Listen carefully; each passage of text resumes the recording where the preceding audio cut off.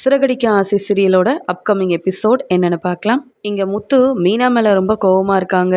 நான் மற்ற எல்லாருக்கும் நல்லது செய்கிறேன், அதை புரிஞ்சிக்காத மீனா.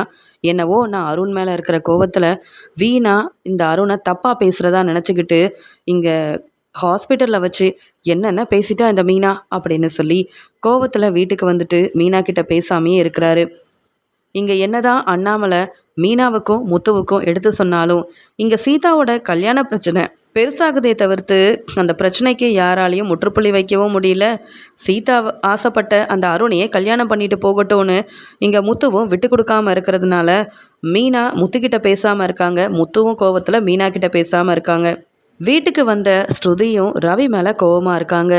ரவிக்காக பெரிய ரெஸ்டாரண்ட் ஆரம்பிக்கணும், அதுக்காக ஒவ்வொன்றையும் பார்த்து பார்த்து செய்யணும்னு நான் என் ஃப்ரெண்டெல்லாம் கூப்பிட்டு போனால் இந்த ரவி என்னடானா நான் வேலை பார்த்துட்ருக்கேன்னு சொல்லி என்னை ரொம்ப அவமானப்படுத்திட்டாரு.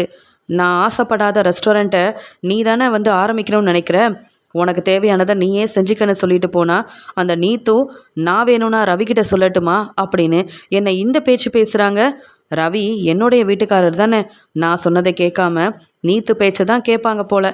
இன்றைக்கி வரட்டும், ரவி ஒன்று என்னுடைய ரெஸ்டாரண்ட் ஆரம்பிக்கிறதுக்கு உதவி செய்யணும், அப்படி இல்லைன்னா அந்த ரெஸ்டாரண்ட்டில் போய் ஷெஃபாக வேலை பார்க்க வேண்டான்னு தெளிவாக சொல்லிட வேண்டியதான்.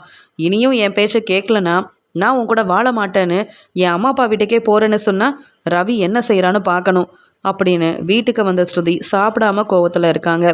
மீனாவும் ஸ்ருதியோட ரூமில் போயிட்டு என்னாச்சு ஸ்ருதி, வந்ததுக்கப்புறமா வெளியில் யார்கிட்டையும் பேச வரல, நீங்கள் ஏன் சோகமாக இருக்கீங்கன்னு கேட்க, என்னென்னு சொல்கிறது மீனா, நான் இந்த ரவிக்கு எவ்வளோ செய்யணும்னு ஆசைப்படுறேன், ஆனால் ரவி அந்த நீத்து பேச்சை கேட்குறான், நான் சொல்கிற இதையும் கேட்க மாட்டேங்கிறான். அப்போ எனக்கு கோபம் வரதானே செய்யும், நானும் எவ்வளோ தான் பொறுமையாக போகிறது அப்படின்னு சொல்கிறாங்க. அதுக்காக நீங்கள் சாப்பிடாமல் இருக்கிறதா எனக்கு புரியுது. நீங்கள் ரவிக்கு புது ரெஸ்டாரண்ட் ஆரம்பிக்கணும், ரவி அந்த ரெஸ்டாரண்ட் ஓனர் ஆக்கணும்னு நினைக்கிறீங்க, ஆனால் உங்களை ரவி புரிஞ்சிக்கல அதானே அப்படின்னு சொல்ல, அது மட்டுமா, அந்த நீத்து முன்னாடி என்னை அவமானப்படுத்துகிறதே இந்த ரவிக்கு வேலையாக போச்சு. நான் இந்த வீட்டுக்கு வந்ததுக்கு காரணமே நீங்கள் தான். நான் ஒன்றும் இந்த ரவியை நம்பி இந்த வீட்டுக்கு வரலை, உங்கள் மேலே உள்ள பாசத்துலேயும் மரியாதையிலையும் தான் வந்தேன். ஆனால் ரவி செய்கிறது எதுவுமே சரியில்லை அப்படின்னு கோவமாக இருக்கும்போது மீனா சொல்கிறாங்க, எனக்கும் அப்படி தாங்க இருக்குது. என் வீட்டுக்காரர் முத்து நான் என்ன சொன்னாலும் கேட்பார். ஏன் ரொம்ப ட்ரிங்க்ஸ் பண்ண முத்து இப்போல்லாம் அதை செய்யாமல் இருக்கிறதுக்கு காரணம் கூட நான் தான். ஆனால் என் தங்கச்சியோட வாழ்க்கையில் இப்படி பிரச்சனையாக வந்து நிற்பாருன்னு நான் எதிர்பார்க்கல. சீதா ஆசைப்பட்ட அந்த விருப்பப்பட்ட அருணை கல்யாணம் பண்ணி வைக்கக்கூடாதுன்னு அவ்வளோ அடம்பிடிக்கிறாரு தெரியுமா. நான் கூட இங்கே முத்துக்கிட்ட பேசாமல் தான் இருக்கேன், என்ன செய்யன்னு ஒன்றுமே புரியல அப்படின்னு மீனா தான் மன வேதனையை இங்கே வந்து ஸ்ருதிக்கிட்ட சொல்ல, அதுக்குடனே ஸ்ருதியும் நீங்கள் பேசாமல் உங்கள் தங்கச்சிக்காக முத்துக்கிட்ட கேட்காம ஒரு முடிவெடுக்க வேண்டியது தானே. உங்கள் குடும்பத்தில் உங்கள் அம்மா தம்பின்னு எல்லாரும் இருக்காங்க, அவங்க விரும்பினா இங்கே சீதா ஆசைப்பட்ட வாழ்க்கையை அமைச்சு கொடுக்க வேண்டியதான். கொஞ்ச நாள் போனால் முத்து எல்லாத்தையும் புரிஞ்சுப்பார். சீதா ஒன்றும் சின்ன பிள்ளை இல்லையே, அவங்க ஆசைப்படுறது சரியா தப்பான்னு சொல்லி கொடுக்கறதுக்கு. அவங்க வளர்ந்துருக்காங்க, நல்லா படிச்சிருக்காங்க, நல்ல வேலை பார்க்குறாங்க. அவங்க யாரை வந்து விரும்புகிறாங்களோ அவர் சரியான ஒரு ஆளுன்னு தெரிஞ்சு தானே கல்யாணம் பண்ணிக்கணும்னு நினச்சிருக்காங்க. இதில் தலையிட முத்துக்கு எந்த ஒரு உரிமையும் கிடையாது. நீங்கள் ஒரு அக்காவாக இருந்து இங்கே சீதா ஆசைப்பட்ட அந்த அருணையை கல்யாணம் பண்ணி வைங்க, அப்போ தான் முத்துவுக்கு உங்கள் அருமை பெருமை புரியும். சீக்கிரமாகவே எல்லாம் சரியாயிரும் மீனா அப்படின்னு சொல்லும்போது, அதே தான் ஸ்ருதி உங்களுக்கும் சொல்கிறோம், கொஞ்சம் பொறுமையாக இருங்க, ரவிக்கிட்ட கோவப்படாதீங்க, முதல்ல நீங்கள் வந்து சாப்பிடுங்க அப்படின்னு சொல்லி பேசிகிட்டு இருக்கும்போதே அங்கே ரவி வராரு ரொம்ப கோவமாக. வந்த உடனே என்ன ஸ்ருதி நீ நீத்துக்கிட்ட பேசுனியான்னு கேட்குறாரு. ஆமாம், நான் நீத்துக்கிட்ட பேசினேன், நானா வந்து பேசலை, அவங்க தான் தேடி வந்து பேசினாங்க அப்படின்னு சொல்லும்போது, நீ நீத்துக்கிட்ட கோவமாக பேசியிருக்க அப்படி தானேன்னு கேட்க, வேற என்ன செய்ய சொல்கிற, என்னை விட அந்த நீத்து பேச்சை நீ கேட்குற, அவங்க அதை ஒரு காரணமாக வச்சுக்கிட்டு வேணும்னா உங்கள் புது ரெஸ்டாரண்ட்டை இங்கே வந்து ரவியே வந்து ஓனராக ஆகிறதுக்கு நான் உதவி செய்யட்டான்னு கேட்குறாங்க. உனக்கு நான் தானே மனைவி, என் பேச்சை விட அந்த நீத்து பேச்சை நீ ரொம்ப கேட்பியா, அந்த கோபத்தில் உங்கள் வேலையை பாருங்கன்னு சொல்லிட்டு வந்தேன், இதில் என்ன தப்பு இருக்குது. நீ இப்பையும் அந்த நீத்துக்கு சப்போர்ட் பண்ணி ஏதாவது பேசுனேன்னா அப்புறம் நான் இந்த வீட்டில் இருக்க மாட்டேன் அப்படின்னு சொல்லும்போது உடனே ரவியும், பார்த்தீங்களா நீ இந்த ஸ்ருதி பேசுகிறதா சரியா, இவ என்னவோ அவள் விருப்பத்துக்கு என்ன வேணாலும் பேசலான்னு நினைக்கிறா போல, நான் எவ்வளோ கஷ்டப்பட்டு வேலை செய்கிறேன், இப்போ தான் இன்னொரு ஆரம்பிக்கக்கூடிய புது ரெஸ்டாரண்ட்டுக்கு என்னையும் பார்ட்னர் ஆக்கியிருக்காங்க, அது எல்லாத்துக்கும் சரின்னு சொல்லிட்டு இப்போ புது ரெஸ்டாரண்ட் ஆரம்பிக்கிறதுக்கு எல்லா ஏற்பாடையும் செஞ்சிட்ருக்கா. இதெல்லாம் தேவையா? அதுவும் நம்மக்கிட்ட இருக்க பணத்தை வச்சு நீ ஏற்பாடெல்லாம் செஞ்சால் கூட பரவாயில்ல. உங்கள் அப்பா அம்மா கொடுத்த பணத்தில் ரெஸ்டாரண்ட் ஆரம்பிக்க எனக்கு பிடிக்கல. அதனால தான் நீ என்ன கேட்டாலும் நான் பதில் சொல்லாமல் இருக்கேன். நீத்து என்ன சொன்னாலும் கேட்குறேன்னா அவங்க கிட்ட தான் நான் வேலை பார்க்குறேன். அவங்க எனக்கு சம்பளம் கொடுக்குறாங்க. அப்புறம் நான் என்ன செய்ய சொல்கிற? எதுக்கு பார்த்தாலும் கோவப்படுறது, நீ சொல்கிறத மட்டும்தான் நான் கேட்கணும்னு நீ நினைக்கிறது. இப்போ வர வர எனக்கு வீட்டுக்கு வரவே பிடிக்கல தெரியுமா? எனக்கு இந்த வீட்டில் நிம்மதியே இல்லை. நான் சாப்பிடணுமா வேண்டாமா? இப்படியே நீ கேள்வி கேட்டுட்டு இருந்த நான் எங்கேயாவது கிளம்பி போயிடுவேன்னு ரவி சொல்கிறாரு. முத்து மீனா உடனே என்ன ரவி இப்படி பேசுகிறீங்க அப்படின்னு 2 பேரும் பெருசாக பேசி பிரச்சனை பண்ணிகிட்டு இருக்கும்போது அவங்களுக்கு அவங்க பிரச்சனையை பெருசாக்காமல் சமாதானப்படுத்தி 2 பேரையும் கூப்பிட்டு சாப்பிட வைக்கிறாங்க மீனா. இது எல்லாத்தையும் பார்த்துட்டு இருக்க விஜயா நினைக்கிறாங்க, இந்த ஸ்ருதி என்னவோ அவள் மட்டும்தான் பெரிய பணக்கார வீட்டு பொண்ணுன்னு நினச்சிக்கிட்டு ரவியா அந்த பேச்சு பேசிகிட்டு இருக்கா. இதுக்கு வேற மீனா சப்போர்ட் பண்ணிகிட்டு இருக்கா. மீனாவும் முத்துவும் தான் பிரச்சனை செய்கிறாங்கன்னா இந்த ரவியும் ஸ்ருதியும் கூட சந்தோஷமா இல்லையா? என்னதான் வாழ்க்கைன்னு தெரியல. என் பசங்க 3 பேரும் நல்லா இருப்பாங்கன்னு பார்த்தா வந்த மருமகளால் என் பசங்களுக்கு நிம்மதியும் இல்லை சந்தோஷமும் இல்லை. ரோகிணியை வீட்டை விட்டு வெளியில் அனுப்பணும்னு நினச்சேன். இந்த ஸ்ருதி பணக்கார வீட்டு பொண்ணு, அவள் இருந்துட்டு போகட்டும்னு நினச்சேன். ஆனால் முதல்ல இந்த ஸ்ருதி பேசுகிற பேச்சுக்கு அவளை தான் வெளியில் அனுப்பணும் போல அப்படின்னு எங்கள் எல்லார் மேலேயும் விஜயாவுக்கு கோபம் வருது. ரோகிணியால் அங்கே மனோஜோட கடையில் நல்ல ஒரு வருமானம் வந்ததால் மனோஜும் ரோகிணியும் சேர்ந்தே அந்த கடையை நல்லா நடத்தணும் அப்படின்னு திட்டம் போடுறாங்க. விஜயா கிட்ட சொல்லாமல் கூட நம்ம இனி ரோகிணியை கடைக்கு வர வைக்கணும். ஏன்னா என்னை விட ரோகிணிக்கு பிஸ்னஸை பற்றி எல்லாமே நல்லா தெரியுது. சீக்கிரமாகவே ரோகிணி மூலமாக நல்ல வருமானம் வந்தால் வெளியில் வாங்கின கடன் எல்லாத்தையும் கொடுத்துட்டு இதே மாதிரி இன்னொரு கடையை ஆரம்பித்தா நல்லா இருக்கும்ல. அப்படி மட்டும் ரோகிணி உதவி செஞ்சா கண்டிப்பாக எங்கள் அம்மா ரோகிணியை புரிஞ்சுப்பாங்க. ரோகிணி பெரிய பணக்கார வீட்டு பொண்ணு இல்லைனாலும் தான் திறமையால் ரோகிணி இவ்வளோ சம்பாதிச்சு முன்னேறிட்டாளேன்னு எங்கள் அம்மா நினச்சி அப்புறம் ரோகிணியை கண்டிப்பாக புரிஞ்சுப்பாங்க. அப்புறம் நானும் ரோகிணி சந்தோஷமாக இருக்கலாம் அப்படின்ற ஆசையில் இருக்கார் மனோஜ். அதனால் ரோகிணியை தான் கடைக்கு வர வைக்க அங்கே வந்த கஸ்டமர்கிட்ட ரோகிணி நல்லா பேசுகிறாங்க. அங்கே அவங்க ஒரு பொருள் வாங்க வந்த இடத்துல 2-3 பொருள் வாங்குறதுக்கு ரோகிணி உதவி செய்ய நிறைய வருமானமும் வருது. இதை பார்த்து அங்கே இருக்கிற ஸ்டாஃபும் சந்தோஷப்படுறாங்க. நல்ல வருமானம் இன்னைக்கு வந்திருக்கு, நேற்றை விட இன்னைக்கு நிறைய லாபமும் கிடச்சிருக்கு அப்படின்னு மனோஜ் சந்தோஷத்தில் ரோகிணியை கூப்பிட்டு பேசுகிறாரு. ரோகிணி என்னை மன்னிச்சிரு, எங்கள் அம்மா பேச்சையே நான் கேட்டுட்டு இருந்தா இன்னைக்கு என் கடையில் இவ்வளோ ஒரு வருமானம் வந்திருக்காது. எல்லாத்துக்கும் காரணம் உன் புத்திசாலித்தனம் தான். அது மட்டும் இல்லாமல் உனக்கு பிஸ்னஸை பற்றி எல்லாம் தெரியுது. சொல்லப்போனால் நான் இந்த கடைக்கு ஓனராக இருக்கிறத விட நீ ஓனராக இருந்தாதான் கடை நல்லாவே நடக்கும் போல அப்படின்னு சொல்லும்போது மனோஜ், நான் உன் கூட இருந்தால் உன்னால் எதையும் சாதிக்க முடியும். கண்டிப்பாக நீ என்ன ஆகணும்னு நினைக்கிறியோ உன்னை ஒரு பெரிய ஆளாக்க முடியும். ஆனால் என்னையும் உன்னையும் உங்கள் அம்மா பிரிக்கணும்னு நினைக்கிறாங்க. நான் இந்த கடை பக்கமே வரக்கூடாது, என்னால் கடையில் எதுவும் பிரச்சனையாயிருமோ அப்படின்னு நினைக்கிறாங்க. நான் அப்படிலாம் ஆக விடுவேனா? நீ வேலையே இல்லாமல் இருந்த, படிச்சுட்டு வேலைக்கு போகாமல் அங்கே இங்கேன்னு இருந்த, அப்போ அந்த முத்து மீனா எல்லார் முன்னாடி அவமானப்பட்டப்ப உங்கள் அப்பாவோட பணத்தை வச்சு இப்படி பிஸ்னஸ் ஆரம்பிக்கலான்னு உனக்கு யோசனை சொன்னதும் நான் தான். இப்போ இந்த கடைக்கு நீ ஓனராக இருக்கனா அதுக்கு காரணமும் நான் தான். கண்டிப்பாக என்னால் உன்னை இன்னும் பெரிய ஆளாக்க முடியும் அப்படின்னு சொல்லி பெருமையாக பேசிகிட்ருக்குறாங்க ரோகிணி. உடனே மனோஜ் சொல்கிறாரு, எனக்கு தெரியுது, பேசாமல் அந்த பார்லரில் நீ நல்லா வேலை பார்த்து நிறையா சம்பாதிக்கணும். உனக்குன்னு தனியாக நீ ஒரு பார்லர் வச்சாலும் நல்லது தான். ஏன்னா உன்னுடைய திறமை வேறு யாருக்குமே வராது. நீ இன்னும் நல்லா சம்பாதிச்சு எங்கள் அம்மாவுக்கு பணம்லாம் கொடுத்தேன்னு வையேன், அதுக்கப்புறம் நீ சம்பாதிக்கிற பணத்தை வச்சு எங்கள் அம்மா உன்னை ஏற்றுப்பாங்கல்ல அப்படின்னு சொல்லும்போது நானும் அப்படி தான் நினைக்கிறேன். ஆனால் உன் கடையில் கிடைக்கிற வருமானம் மாதிரி என்னுடைய பார்லரில் இப்போ நான் அப்படி சம்பாதிக்க முடியாது. ஏன்னா நான் ஓனர் இல்லை, ஸ்டாஃபாக இருக்கிறதுனால மாத சம்பளம் மட்டும்தான் கிடைக்கும். அவங்க சொல்கிற கிளைண்ட்டை போய் நான் பார்க்கணும். மற்றபடி நானாக எதுவும் இப்போ செய்ய முடியாது. என்கிட்ட ஒரு பார்லர் ஆரம்பிக்கவும் பணம் இல்லை அப்படின்னு சொல்லும்போது, இல்லை அப்படியெல்லாம் செஞ்சால் எங்கள் அம்மா மனசை மாற்றலான்னு சொல்கிற ரோகிணி அப்படின்னு சொல்லி யோசனை சொல்கிறாரு மனோஜ். ஆனால் மனோஜும் ரோகிணியும் ரொம்ப நாள் கழிச்சு கடையில் ஒன்றா நின்று வேலை பார்க்குறது, சிரித்து பேசுகிறதுன்னு இப்படி மனோஜ் கொஞ்சம் கொஞ்சமாக மனசு மாறுறதுனால இங்கே ரோகிணி ரொம்ப சந்தோஷப்படுறாங்க. அதே மாதிரி கடையில் நல்ல வருமானம் வந்திருக்குன்னு மனோஜ் ரோகிணி கடைக்கு வந்ததை பற்றி சொல்லாமல் அந்த பணத்தை விஜயா கிட்ட காமிக்கும்போது, பாத்தியா என்னவோ ரோகிணியால் தான் நல்லா சம்பாதிக்க முடியும்னு சொன்னியே, இப்போ ஒன்னாலையும் இவ்வளோ சம்பாதிக்க முடியும்னு நீ தெரிஞ்சுக்கிட்டல்ல அப்படின்னு பேசிகிட்டு இருக்காங்க. உடனே மனோஜ் யோசிக்கிறாரு, இது எல்லாத்துக்கும் காரணம் ரோகிணின்னு சொன்னால் அம்மா உடனே திட்ட ஆரம்பிச்சிருவாங்க. என் பேச்சை கேட்காம ரோகிணியை நீ கடைக்கு வர வச்சியான்னு கேள்வி கேட்பாங்க. அப்புறம் வீட்டில் பெரிய பிரச்சனையாகும். அதனால் ரோகிணி கடைக்கு வந்ததை நம்ம அம்மா கிட்ட சொல்லவே வேண்டாம் அப்படின்னு முடிவெடுக்கிறாரு. உடனே பார்லர்லேருந்து வந்த ரோகிணி கிட்ட வீட்டு வேலையெல்லாம் செய்ய வைக்கிறாங்க. உடனே இதை பார்த்த மனோஜ் நினைக்கிறாரு, காலையிலேருந்து என் கடையில் ரொம்ப கஷ்டப்பட்டு வேலை பார்த்தா ரோகிணி, வீட்டுக்கு வந்த உடனே வீட்டு வேலையை செய்ய வச்சுட்டாங்களே, எப்படியாவது அம்மாவோட மனசை மாற்றணும். ரோகிணி சொன்ன பொய்யெல்லாம் மறந்துட்டு அம்மா மறுபடியும் ரோகிணியை தலையில் தூக்கி வச்சு கொண்டாடணும். அதுக்கு ரோகிணி எப்படியாவது முயற்சி செஞ்சு நல்லா சம்பாதிக்கணும் அப்படின்னு மனோஜும் ஆசைப்படுறாரு. அடுத்த நாள் இங்கே விஜயாவுக்கு பார்வதி ஃபோன் பண்ணுறாங்க. விஜயா, நீ என்ன 2-3 நாளாக வீட்டுக்கு வரல அப்படின்னு கேட்குறாங்க. அது வேற ஒன்றும் இல்லை, அங்கே வந்தாலும் சும்மா பேசிட்டு தானே இருக்கணும். வீட்டில் கொஞ்சம் வேலை இருந்தது. வீட்டில் ஏற்கனவே யாரும் நிம்மதி இல்லாமல் இருக்காங்க.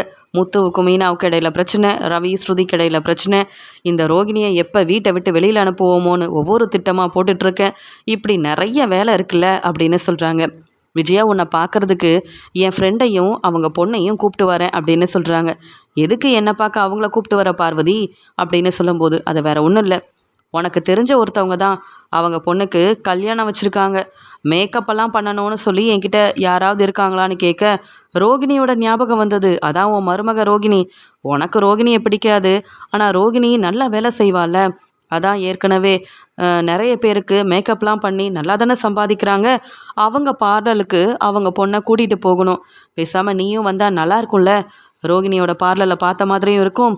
ரோகிணி என்ன வேலை செய்கிறாங்கன்னு பார்த்துட்டு அப்படியே இவங்களுக்கும் கொஞ்சம் அறிமுகப்படுத்துகிற மாதிரி இருக்கும்ல அப்படின்னு சொல்கிறாங்க. அந்த ரோகிணி வெறும் ஸ்டாஃபாக தான் வேலை பார்க்குறா. அவள் ஒன்றும் பார்லரோட ஓனர் கிடையாது. உனக்கு அது தெரியும்ல. நீ வேணால் கூட்டிகிட்டு போ. நான்லாம் அந்த பார்லர் பக்கமே வரமாட்டேன். எவ்வளோ கஷ்டப்பட்டு அந்த பார்லர் ஆரம்பித்து கொடுத்தேன்னு எனக்கு தானே தெரியும் அப்படின்னு சொல்கிறாங்க. உடனே பார்வதி, இருந்தாலும் விஜயா, நீ வர மாதிரி இருக்காதுல்ல. நான் வேணும்னா என் ஃப்ரெண்டோட பொண்ணை கூட்டிகிட்டு வரேன். நம்ம 3 பேரும் போயிட்டு வந்துடுவோம். அதுக்கப்புறம் கோயிலுக்கு எங்கேயாவது போவோமே அப்படின்னு சொல்ல, சரி 2-3 நாளாக நான் வீட்டிலையே இருந்துட்டேன். உன் வீட்டுக்கும் வரல. நீ சொல்கிறியேன் தான் அந்த பார்லருக்கு வரேன். மற்றபடி நான்லாம் அந்த ரோகிணிக்கிட்ட பேச மாட்டேன் அப்படின்னு சொல்கிறாங்க. நீ என் கூட வந்தால் மட்டும் போதும். அந்த பொண்ணு கல்யாணத்துக்கு ஏதோ என்னால் முடிஞ்ச உதவி, அவ்வளவுதான் அப்படின்னு சொல்லிட்டு அவங்க ஃப்ரெண்டு பொண்ணை பார்வதி விஜயா வீட்டுக்கு கூட்டிகிட்டு வராங்க. விஜயாவும் பார்வதியும் தன்னுடைய பார்லருக்கு வராங்கன்றது தெரியாமல் இங்கே ரோகிணி அவங்க அம்மாவுக்கு ஃபோன் பண்ணி தனக்கு கொஞ்சம் நகை வேணும், அது மட்டும் இல்லாமல் அந்த நகை மூலமாக எனக்கு கொஞ்சம் பணம் தேவைப்படுது, விஜயா அத்தைக்கு நான் இன்னும் பணம் தந்தா அவங்க மனசு மாற வாய்ப்பு இருக்கிறதா மனோஜ் வேற சொன்னார்ல, நான் இந்த பார்லரில் நிறைய சம்பளம் வாங்குறேன்னு காமிக்கிறதுக்காக நகையை வச்சுட்டு நான் பணத்தை ஏற்பாடு பண்ணணும்னு சொல்லி அவங்க அம்மாவுக்கு ஃபோன் பண்ணுறாங்க. உடனே ரோகிணி கிட்ட அவங்க அம்மாவுக்கு சொல்கிறாங்க, இப்படி உன் மாமியாருக்காகவும் மற்றவங்களுக்காகவும் பணத்தை வச்சு கொடுத்துட்டு இருந்தா நீ சம்பாதிக்கிற பணத்தை என்ன தான் செய்கிற? இங்கே கிறிஷும் வளர்ந்துக்கிட்டே வரான், எனக்கும் நிறைய செலவு இருக்குது அப்படின்னு சொல்ல, அம்மா போதும், ஏன் கல்யாணத்துக்காக நீங்கள் வாங்கின நகையை தான் கேட்குறேன், அதெல்லாம் நான் திருப்பி கொடுத்துடுவேன், நீங்கள் பார்லருக்கு வாங்க, அந்த நகையை எடுத்துகிட்டு வாங்க அப்படின்னு சொல்லிட்டு ரோகிணி ஃபோனை வைக்கிறாங்க. விஜயா, பார்வதி, அவங்களுக்கு தெரிஞ்ச அந்த கல்யாணம் பண்ணிக்க போகிற பொண்ணுன்னு 3 பேருமே இங்கே ரோகிணியோட பார்லருக்கு கிளம்பி போகிறாங்க. அந்த சமயம் இங்கே ரோகிணியோட ஃப்ரெண்டு வித்யா கிட்ட ரோகிணி பேசிகிட்டு இருக்காங்க. என்ன செய்யனே தெரியல, மனோஜ் கூட கொஞ்சம் கொஞ்சமாக மனசு மாறிட்டார் வித்யா, ஆனால் என் மாமியார் தான் மனசே மாற மாட்டேங்கிறாங்க, அவங்களுக்கு பணம் தான் முக்கியம், பெரிய பணக்கார வீட்டு பொண்ணாக பார்த்து மனோஜுக்கு இன்னொரு கல்யாணம் பண்ணி வைக்கலான்னு கூட எங்கள் மாமியாருக்கு ஒரு எண்ணம் இருக்குது போல் அப்படின்னு சொல்லும்போது அதுக்கு வித்யாவும், அதெல்லாம் சரிதான், செஞ்சு வைக்க சொல்லு, பேசாமல் நீயாவது நிம்மதியாக உன் பையனை பார்த்துக்கலாம், ஏன் தெரியுமா, இப்படி ஒவ்வொரு நேரமும் அவங்க மனசை மாற்ற பணத்தை ஏற்பாடு பண்ணி நீ கொடுத்தன்னா அதுக்கப்புறம் இன்னும் பணம் வேணும்னு அவங்களுக்கு பணத்து மேலே உள்ள ஆசை குறையாது. உன்னை மருமகளாக ஏற்றுக்கிறாங்களோ இல்லையோ, ஓ மூலமாக வரக்கூடிய பணம் நகைன்னு இதெல்லாம் வாங்கி வச்சுப்பாங்க. அப்புறம் உன்னை வீட்டை விட்டு வெளியில் போக சொன்னால் உன் நிலைமை என்ன ஆகும்னு கொஞ்சம் யோசிச்சுப்பாரு. நீ ஒன்றும் தப்பு செய்யாமல் இல்லையே, நிறையா பொய் சொல்லியிருக்கேன். அந்த பொய் எல்லாத்தையும் அவங்க ஏற்றுக்கிட்டாலும் உனக்கு ஏற்கனவே கல்யாணமான உண்மையை அவங்களுக்கு தெரிஞ்சால் கண்டிப்பாக ஏற்றுக்கவே மாட்டாங்க. அதனால் உங்கள் மாமியாருக்கு பணம் கொடுக்கறத விட்டுட்டு உன் வேலையை பார்த்து நீ சம்பாதிச்சு கொஞ்சம் பணத்தை சேர்த்து வை. அதுதான் உன் பையனுக்கும் உன் அம்மாவுக்கும் பிரயோஜனமாக இருக்குமே தவிர்த்து இப்படி வீணாக உன் மாமியாருக்கு பணத்தை கொடுத்து என்ன செய்ய போகிற? இதில் உனக்காக உங்கள் அம்மா வச்சுருக்க நகையை வேறு எடுத்துகிட்டு வர சொல்லியிருக்க. இதெல்லாம் எனக்கு என்னவோ சரியாக படலை, இதெல்லாம் செய்யாத ரோகிணி அப்படின்னு வித்யா சொல்கிறாங்க. உடனே ரோகிணியும், உனக்கு எதுவும் தெரியாது, மனோஜோட கடையில் ஒரு 2-3 நாள் போயிருந்தேன். நான் செய்கிற வேலையை பார்த்து மனோஜ் மனசு மாறிட்டாரு. நான் கடைக்கு வந்தாதான் நிறைய கஸ்டமர் சந்தோஷமாக வந்து பொருளெல்லாம் வாங்கிட்டு போகிறாங்க. என்னால் கடைக்கு நிறைய லாபம் வருது. இப்படியே ஆனால் நான் இன்னொரு கடையும் ஆரம்பிப்பேன்னு என் மேலே உள்ள நம்பிக்கையில் அவங்க அம்மாவுக்கு தெரியாமல் என்ன தினமும் கடைக்கு வர வைக்கிறாரு மனோஜ். மனோஜோட மனசை மாற்ற முடிஞ்ச எனக்கு விஜயாத்த மனசை மாற்ற முடியாதா என்ன? அதெல்லாம் முடியும் அப்படின்னு சொல்லும்போது, ஏற்கனவே சிட்டி கொடுத்த நகையை வாங்கி உங்கள் மாமியார்கிட்ட கொடுத்தியே, மனசு மாறிட்டாங்களா? இல்லைல்ல, நகையை அவங்க எடுத்துக்கிட்டாங்க. ஆனால் ஒன்றை மருமகளாக ஏற்றுக்கல. அவங்களுக்கு இன்னும் உன் மேலே கோவம் அப்படியே தான் இருக்குது. ஏன்னா நீ பணக்கார வீட்டு பொண்ணு இல்லை. உன்னால் பெருசாக அவங்க எதிர்பார்த்த மாதிரி எந்த சொத்தும் வராது, எந்த பணமும் கிடைக்காதுன்னு தெரியும். ஆனால் நீ மறுபடியும் பெரிய தப்பு பண்ணுற. இந்த நகை உன் அம்மா கிட்ட இருந்தால் கூட அவங்க ஹாஸ்பிட்டல் செலவுக்கு, உன் பையனோட படிப்பு செலவுக்குன்னு பின்னாடி பயன்படும். இதை கொண்டு போய் உன் மாமியார்கிட்ட கொடுக்குறேன்னு சொல்கிறியே, என்னதான் உன்னை சொல்லன்னு தெரியல அப்படின்னு பேசிகிட்டு இருக்கும்போதே ரோகிணியோட அம்மா ஒரு பையோட வராங்க. அதில் கொஞ்சம் நகையவும் எடுத்துகிட்டு வராங்க. ரோகிணி அவங்க அம்மாவை பார்த்த உடனே, அம்மா உள்ளே வாங்கம்மா அப்படின்னு சொல்லி அந்த நகையெல்லாம் கையில் எடுத்து பார்க்குறாங்க. இதை பார்த்துட்டு ரோகிணியோட அம்மாவும், இந்த நகை போதும்ல அப்படின்னு கேட்க, போதுமா, ஏற்கனவே கொஞ்சம் நகையை மனோஜோட கடைக்காக தான் நான் வந்து வச்சு பணமாக ஏற்பாடு பண்ணேன். இப்போ இதன் மூலமாக என் மாமியாருக்கு நான் கொஞ்சம் பணம் தரணுமான்னு சொல்ல, என்ன சொல்கிற ரோகிணி, உன் மாமியாருக்கு பணம் கொடுக்கணுமா? என்ன ஏதாவது கடன் பிரச்சனையான்னு கேட்க, அது வேற ஒன்றும் இல்லைம்மா. ரோகிணி நல்ல பேர் வாங்கிறதுக்காகவும் ரோகிணியோட மாமியார் ரோகிணியை மருமகளாக ஏற்றுக்கிறதுக்காகவும் ரோகிணி இப்படியெல்லாம் பணத்தை கொடுத்து அவங்க மனசை மாற்ற போகிறாளாம். இதெல்லாம் சரியில்லைன்னு சொன்னால் உங்கள் பொண்ணு ரோகிணி கேட்க மாட்டேங்கிறான்னு வித்யா சொல்கிறாங்க. இங்கே என்ன செய்யன்னு தெரியல ரோகிணியோட அம்மாவுக்கு. இந்த கல்யாணமே வேண்டான்னு ரோகிணி முடிவெடுத்திருந்தா ரொம்ப நல்லா இருந்திருக்கும். தான் வாழ்க்கையை பற்றி யோசிச்சா, சந்தோஷத்தை பற்றி நினச்சாலே தவிர்த்து இப்படி இந்த மாதிரி அங்கே கஷ்டப்பட்டுட்டு இருக்காளேன்னு மனசு வேதனைப்படுறாங்க. பதில் பேச முடியாமல், என்னவாது செஞ்சுக்க ரோகிணி, ஆனால் எந்த பிரச்சனையும் வந்துடாமல் பார்த்துக்க. சரி, நான் கிறிஷை கூப்பிட போகணும் அப்படின்னு சொல்கிறாங்க. இப்படி பேசிகிட்டே இருக்காங்க. அம்மா நீ இருமா, ஜூஸ் குடிச்சிட்டு கிளம்பு அப்படின்னு 3 பேரும் நின்று பேசிகிட்டு இருக்காங்க. இது தெரியாத விஜயாவும் பார்வதியும் அங்கே அவங்களுக்கு தெரிஞ்சவங்கள கூப்பிட்டுட்டு அங்கே பார்லருக்கு வராங்க. அங்கே வந்த ஸ்டாஃப் கிட்ட ரோகிணி எங்கன்னு கேட்குறாங்க. அவங்க ஃப்ரெண்டுக்கிட்ட பேசிகிட்டு இருக்காங்கன்னு சொல்லும்போது உடனே பார்வதியும் இந்த ரூமில் தானே இருக்காங்கன்னு சொல்லி அங்கே ரூம்குள்ளே வர, இங்கே ரோகிணி அவங்க அம்மா வித்யான்னு 3 பேரும் நிற்கிறத பார்வதி கவனிக்கிறாங்க. இவங்க யார், புதுசாக இருக்குது அப்படின்னு சொல்லிட்டு, விஜயா இங்கே வா அப்படின்னு சொல்லி கூப்பிட்றாங்க. விஜயா வந்து பார்க்குறாங்க கிறிஷோட பாட்டி. கிறிஷோட பாட்டிக்கிட்ட அவங்க தந்த அந்த பையவும் வாங்கிக்கிட்டு இங்கே ரோகிணி சிரித்து பேசிகிட்டு இருக்கிறாங்க. இதை பார்த்துட்டு 2 பேரும் புரியாமல் நிற்கும்போது தான் இங்கே வந்து வித்யா சொல்கிறாங்க, போதும் ரோகிணி, உங்கள் அம்மா ரொம்ப நேரம் இங்கே இருந்தாங்கன்னா யாராவது பார்த்தா பிரச்சனை வந்துடும். உங்கள் அம்மாவை இங்கேருந்து முதல்ல அனுப்பு அப்படின்னு வித்யா சொன்னதை கேட்டுட்டு, என்னது கிறிஷோட பாட்டி தான் இந்த ரோகிணியோட அம்மாவா அப்படின்னு பேரதிர்ச்சி அடைகிறாங்க. இங்கே பார்வதி விஜயாவை பார்க்குறாங்க. விஜயா பார்வதியை பார்க்குறாங்க. உடனே பார்வதி, விஜயா என்ன நடக்குதுங்க? ரோகிணிக்கு அம்மா அப்பா சொந்தக்காரங்கன்னு யாருமே இல்லைன்னு சொன்னான்ல நீ என்கிட்ட சொல்லிகிட்டு இருந்த. ஆனால் இவங்க தான் ரோகிணியோட அம்மாவா? அப்படி தானே ரோகிணியோட ஃப்ரெண்டு சொல்லிகிட்டு இருக்காங்க அப்படின்னு கேட்கும்போது இங்கே வந்து விஜயா சொல்கிறாங்க, கொஞ்சம் பொறுமையாரு, என்ன நடக்குதுன்னு பார்ப்போம் அப்படின்னு சொல்லி 2 பேரும் அங்கே நின்று பார்த்துட்ருக்காங்க. உடனே ரோகிணியோட அம்மா, கல்யாணி தப்பாக நினைக்காத, இந்த நகையை உனக்காக உன் கல்யாணத்துக்காக நான் சேர்த்து வச்சேன். ஆனால் கொஞ்சம் கொஞ்சமாக அந்த நகையை நீ வீண் செலவு செஞ்சிட்ருக்க. உன் பையனுக்காகவும் உன் வாழ்க்கைக்காகவும் இந்த நகை இருந்தால் நல்லா இருக்கும்னு நினைக்கிறேன். ஆனாலும் இது உன்னுடைய நகை, நீ கேட்ட உடனே நான் கொண்டு வந்து கொடுத்துட்டேன். தெளிவாக யோசித்து நல்ல ஒரு முடிவாக எடுத்து இந்த நகையை வந்து நல்லா பார்த்துக்க, அவ்வளவுதான் சொல்ல முடியும். நான் கிளம்புறேன் அப்படின்னு சொல்லிட்டு அங்கேருந்து கிளம்புறாங்க. இங்கே விஜயாவுக்கு உண்மையெல்லாம் தெரிஞ்சு என்ன சொல்லனே தெரியாமல் ரோகிணி மேலே ரொம்ப கோபம் வருது. தான் அம்மா நகையை கொண்டு வந்து கொடுத்துருக்காங்க, ஆனால் யாருமே இல்லைன்னுல போய் சொன்னால் தன்னுடைய பேரனை பற்றி வேற பேசுகிறாங்கன்னா, அப்போ ரோகிணிக்கு ஏற்கனவே கல்யாணம் ஆயிருக்கா? இவங்க பேரன்னா கிறிஷ் தானே, அப்போ கிறிஷோட அம்மா ரோகிணியா அப்படின்னு ரொம்பவே குழப்பத்தில் இருக்கும்போது அங்கே உள்ளே வந்த விஜயாவும், என்ன ரோகிணி என்ன நடக்குது இங்கே அப்படின்னு கேட்ட உடனே 2 பேரும் திருன்னு முழிக்கிறாங்க. எப்படியோ என் அம்மா இங்கேருந்து வெளியில் போயிட்டாங்க, ஆனால் இது எல்லாத்தையும் பார்த்துட்டாங்களா விஜயாத்தை? எனக்கு ஒன்றும் புரியலையே அப்படின்னு சொல்லும்போது, ரோகிணி நான் கிளம்பட்டுமா அப்படின்னு வித்யா வந்து சொல்லும்போது விஜயா கேட்குறாங்க, என்ன எல்லாத்துக்கும் காரணம் நீதானா? ரோகிணியோட ஃப்ரெண்டாக இருந்துக்கிட்டு நீயும் சேர்ந்து தானே என் குடும்பத்தை ஏமாத்திருக்க அப்படின்னு கேட்க, அப்படின்னு ரோகிணியை மட்டும் இல்லாமல் ரோகிணியோட ஃப்ரெண்டையும் இருக்கிற கோவத்தில் விஜயா கேள்வி கேட்டு திட்ட ஆரம்பிக்கும் போது இங்கே வித்யா சொல்கிறாங்க, நான் என்னங்க அப்படி செஞ்சேன்? நான் என்னங்க ஏமாத்தினேன்? ஏமாத்தினவங்களெல்லாம் விட்டுருவீங்க, அமைதியாக இருக்கிற என்ன கேள்வி கேட்குறீங்களா? நீங்கள் என்ன எனக்கு மாமியாரா? நீங்கள் கேள்வி கேட்டால் நான் பதில் சொல்லணுமா? ரோகிணி, உன் மாமியார்கிட்ட சொல்லி வை. உன்கிட்ட பேசுகிற மாதிரிலாம் என்கிட்ட பேசினா அப்புறம் அவ்வளவுதான், நான்லாம் சும்மா விட மாட்டேன் அப்படின்னு சொல்கிறாங்க. உடனே பார்வதி, இருமா பொறுமையாக பேசு, நீ ரோகிணியோட ஃப்ரெண்டு தானே, உண்மையெல்லாம் தெரிஞ்சா கோவம் வரதானே செய்யும் ரோகிணியோட மாமியாருக்கு.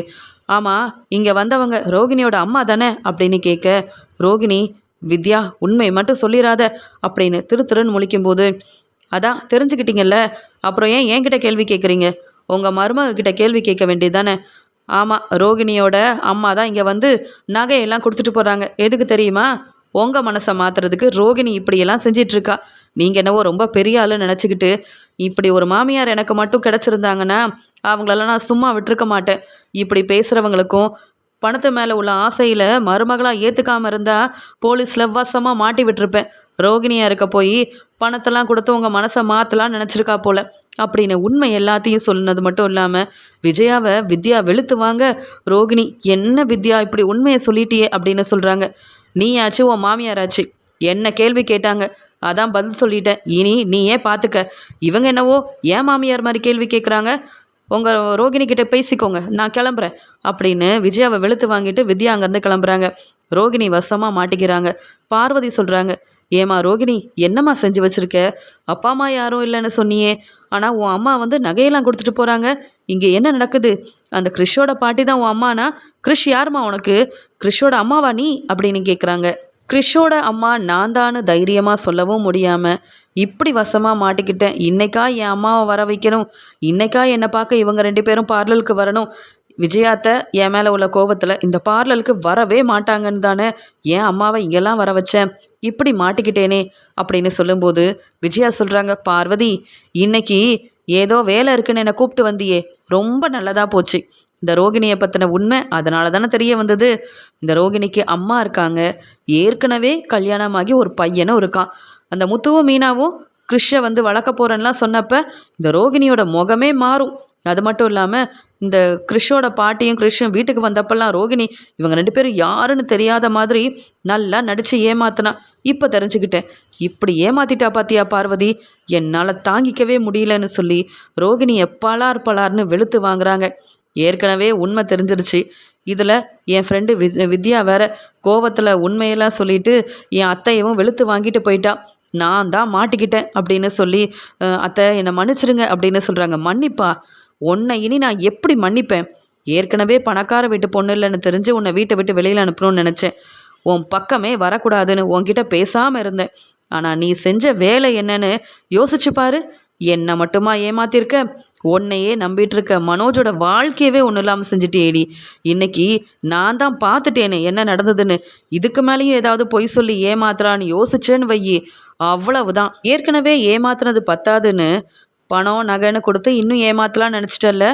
என்னை பார்த்தா உனக்கு எப்படிடி தெரியுது? இந்த பார்லரோட ஓனராக இருக்கேன்னு ஏமாத்திட்டு இருந்த உங்கள் அம்மாவை நகை எடுத்துகிட்டு வர சொல்லி அதன் மூலமாக வரக்கூடிய பணத்தை என்கிட்ட கொடுத்தா நான்லாம் உன்னை மருமகளாக ஏற்றுப்பேனா? இந்த பணம் எப்படி வந்தது ஏதுன்னு கேட்க மாட்டேன். என்னை அவ்வளோதான் நினச்சிட்டல்ல. முதல்ல இனி மனோஜும் நீயும் என்னைக்கு ஒன்று சேரவே முடியாது. இனி மருமகன்ற உரிமையோட என் வீட்டு பக்கம் வந்தேன்னு வையி, அதுக்கப்புறம் போலீஸ் மூலமாக நான் உனக்கு சரியான பதில் கொடுப்பேன். இனி நான் பார்த்துட்டு சும்மா இருக்க மாட்டேன். பார்வதி, முதல்ல கிளம்பலாம். இதை என் வீட்டுக்காரர்கிட்டையும் மனோஜ்கிட்டையும் சொல்லணும். எப்படி மனோஜையும் ரோகிணியும் பிரிக்கிறதுன்னு யோசனை பண்ணேன். உண்மை தெரிஞ்சிருச்சுல. மனோஜ் மூலமாக ரோகிணிக்கு டிவோர்ஸ் கொடுத்துட்டு என் பையனுக்கு உண்மையாகவே ஒரு பெரிய வசதியான குடும்பமாக பார்த்து கல்யாணம் செஞ்சு வைப்பேன். அப்போ தெரியும் நான் யாருன்னு இந்த ரோகிணிக்கு அப்படின்னு சொல்ல, ஆண்டி பொறுமையாக இருங்க, நான் எதுக்காக இப்படி பொய் சொன்னேன்னு முதல்ல கேளுங்களேன் அப்படின்னு சொல்ல, நீ சொல்கிறது எல்லாமே பொய் தான், இதில் நான் வேற என்ன ஏதுன்னு கேட்கணுமா? விடுடி, இனி நீ யாரோ நாங்கள் யாரோ, உனக்கும் எங்கள் குடும்பத்துக்கும் எந்த சம்மந்தமும் இல்லை.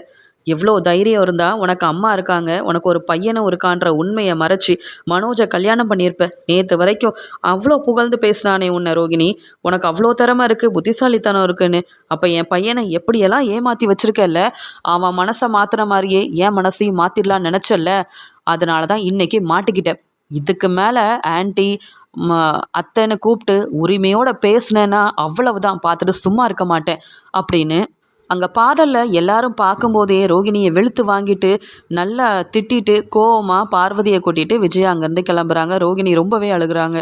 என் வாழ்க்கையில் மட்டும் எதுக்காக இவ்வளோ பிரச்சனை வருதுன்னு தெரியல. நான் இப்படி வசமாக மாட்டிப்பேன்னு நினைக்கல. எனக்கு ஏற்கனவே பணம் இல்லை, சொத்து இல்லைன்னு என்னை மனோஜ் கூட ஒன்று சேர்ந்து வாழ விட மாட்டேங்கிறாங்க.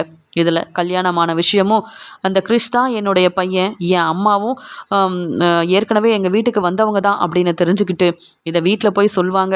எல்லாரும் என்னை தப்பாக நினைப்பாங்க. அதுலேயும் முத்து மீனா நான் வீட்டை விட்டு வெளியில் போகணும்னு அத்தைக்கிட்டேயும் மனோஜ்கிட்டையும் என்னென்னமோ சொல்லி கொடுப்பாங்களே. நான் எப்படி அங்கே வீட்டுக்கு போகிறது? மனோஜோட முகத்தை எப்படி பார்க்குறது? மனோஜ் என்னை பார்த்தாலே ரொம்ப கோவப்படுவாரே. நான் ஏமாத்திட்டேன்னு சொல்லி உன் கூட வாழ மாட்டேன், உன்னை நான் டிவோர்ஸ் பண்ண போகிறேன்னு சொல்லிட்டாருனா நான் எப்படி இதெல்லாம் தாங்கிக்க போகிறேன்? என் பையனையும் என் அம்மாவையும் கூட கவனிக்காமல் அவங்கள தனியாக விட்டுட்டு மனோஜை கல்யாணம் பண்ணிட்டு போனேன். என் வாழ்க்கை நல்லா இருக்கும்னு நினச்சேன். இந்த விஜயாவால் எனக்கு இவ்வளோ பிரச்சனை வந்துருச்சே. இனி நான் தனியாக தான் இருக்கணுமா? இதுக்காக தான் நான் மனோஜை கல்யாணம் பண்ணிக்கிட்டேனா? இவ்வளோ பெரிய பிரச்சனையை எப்படி சமாளிக்க போகிறேன்? நான் போய் அங்கே உண்மையை சொன்னால் கூட இனி யாரும் என்னை நம்ப மாட்டாங்க. ஏற்கனவே நான் பொய் சொன்னதுக்கு வீட்டில் அவ்வளோ பிரச்சனையாச்சு. இன்னும் கண்டிப்பாக அண்ணாமலை மாமாலாம் நான் சொல்கிற எதையுமே கேட்க மாட்டார். வீட்டுக்கு போகவே பயமாக இருக்குது. பேசாமல் அம்மா வீட்டுக்கே போயிடலாமா அப்படின்னு என்ன செய்யன்னு தெரியாமல் நிற்கிறாங்க ரோகிணி. பார்வதி விஜயா கிட்ட சொல்கிறாங்க, என்ன விஜயா, இந்த ரோகிணி இப்படி இருந்திருக்காளே, இன்னும் பெரிய பொய்யெல்லாம் மறைச்சிருக்காளே. ஏற்கனவே கல்யாணமான உண்மையை மறைச்சி மனோஜை வர கல்யாணம் பண்ணியிருக்கா. மனோஜோட வாழ்க்கையை நினச்சாதான் எனக்கு ரொம்ப கஷ்டமாக இருக்குன்னு சொல்கிறாங்க பார்வதி. அதுக்குடனே விஜயா, இந்த ஒரு காரணம் போதும், சீக்கிரமாகவே இந்த ரோகிணிக்கு டிவோர்ஸ் கொடுத்து வீட்டை விட்டு வெளியில் அனுப்பிட்டு மனோஜுக்கு ஒரு நல்ல வாழ்க்கையை நான் அமைச்சு கொடுப்பேன். ஆனால் ஏதாவது உரிமை இருக்குது, நான் தான் மனோஜ் கூட வாழ்வேன்னு ஏதாவது பேசிட்டு இந்த ரோகிணி வீட்டு பக்கம் வரட்டும். அப்புறம் நான் யாருன்னு இந்த ரோகிணி நல்லாவே புரிஞ்சுப்பா. இந்த ரோகிணியவும் நான் சும்மா விட மாட்டேன். இனிதான் பார்வதி நான் என்ன செய்ய போகிறேன்னு எல்லாரும் பார்க்க போகிறாங்க அப்படின்னு ரோகிணி மேலே ரொம்ப கோவத்தில் இருக்காங்க விஜயா.